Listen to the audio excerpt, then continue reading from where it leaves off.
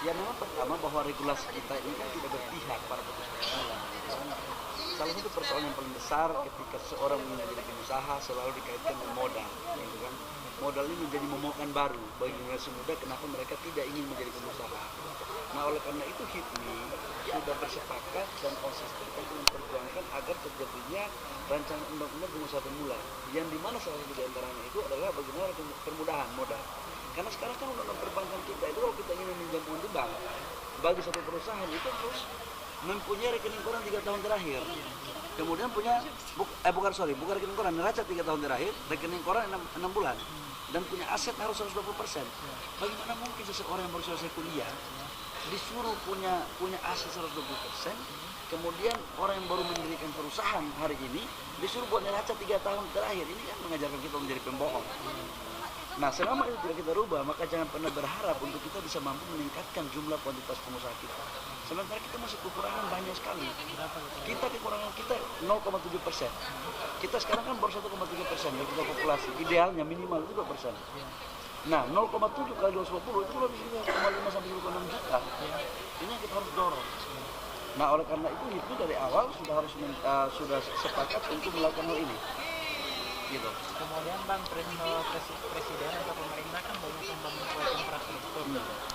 Peluang dari pengusaha muda sendiri untuk bisa mengaksesnya gimana Bang? Ini gini, pembangunan infrastruktur itu merupakan peluang bisnis yang paling bagus bagi pengusaha pemula, bukan pengusaha pemula, pengusaha yang ada di daerah, yang juga termasuk dalamnya adalah HIPMI. Dan terkait dengan hal ini, HIPMI kemarin melakukan hearing dengan Komisi 6 DPR RI yang membidangi BUMN dan melakukan audiens dengan Pak Presiden, dengan Pak Wapres dan Menteri PU agar meminta BUMN tidak boleh monopoli pekerjaan-pekerjaan infrastruktur yang ada di daerah, supaya anak-anak daerah itu menjadi tuan di negeri sendiri. Bagaimana caranya? Ada pembatasan budget project.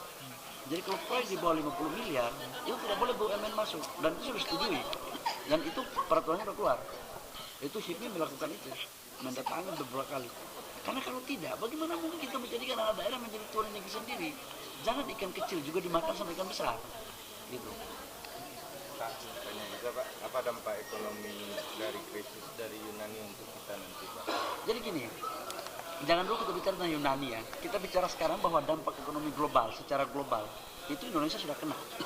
Apa kenanya? Nilai tukar dolar kita sudah sampai dengan 13.500. Bahkan sekarang terindikasi dengan hari ini data transaksi luar negeri itu sudah mencapai 14.000. Hari ini orang belanja terhadap bahan-bahan baku itu sudah mencapai kurs 14.000. Apalagi dengan sistem peraturan Bank Indonesia bahwa seluruh transaksi Indonesia itu memakai wajib rupiah. HIPMI mendukung ini tentang transaksi rupiah, karena rupiah itu jangan hanya dijadikan sebagai alat tukar, tapi rupiah itu harus dijadikan sebagai simbol kedaulatan bangsa, marwah dan simbol-simbol negara. Karena syarat sebuah negara itu didirikan apabila ada mata uangnya. Nah terkait dengan persoalan ekonomi global, seberapa besar sih dampaknya? Dampaknya itu besar. Hari ini ekonomi kita 4,7%. Triwulan kedua akan kecenderungan turun. Dia tidak mungkin naik atau bertahan di 4,7, akan turun. Nah terkait dengan Yunani, bagaimana positioning Yunani? Menurut saya yang harus dilakukan oleh pemerintah Indonesia adalah mengambil hikmah dampak ekonomi Yunani untuk melakukan status ulang. Utang kita sekarang sudah mencapai 3.000 triliun. Ini sebenarnya kalau tidak segera kita antisipasi, bukan tidak mungkin. Kalau tambah utang terus, ekonomi kita nggak berputar, maka nasib kita juga akan, ya tunggu waktu. Apa harapan Bapak untuk ini dalam menyambut kemewahan masyarakat ekonomi Asia? HIPMI dari awal sudah menyiapkan seluruh kader-kader HIPMI dan sudah mensosialisasikan tentang positif dan negatif daripada MEA. MEA ini tidak bisa ditawar-tawar. Tidak boleh dikatakan bahwa siap atau tidak siap, wajib siap. Nah persoalannya adalah bagaimana cara strategi untuk menghadapi MEA itu. Yang pertama tidak ada cara lain adalah meningkatkan kualitas dalam rangka mempunyai daya saing kompetitif. Yang kedua kita mendorong pemerintah agar segera membangun infrastruktur karena kos logistik kita 26%. Kos logistik kita 26%. Bunga bank kita terlalu tinggi dari semua negara Asia Tenggara.